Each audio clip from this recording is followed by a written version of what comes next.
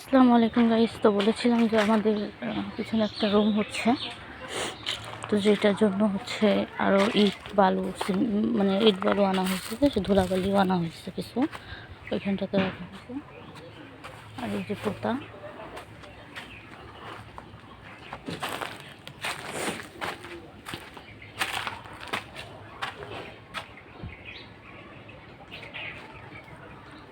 যে পোতা দেখতেছেন, এই পোতাতে হচ্ছে প্রচুর পরিমাণে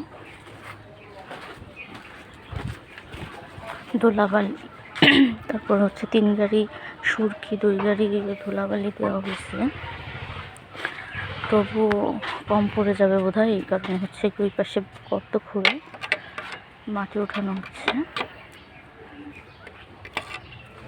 তারপরে এই বালিগুলো করে দিয়ে দেওয়া হবে। তো মিস্ত্রিরা কাজ করতেছে।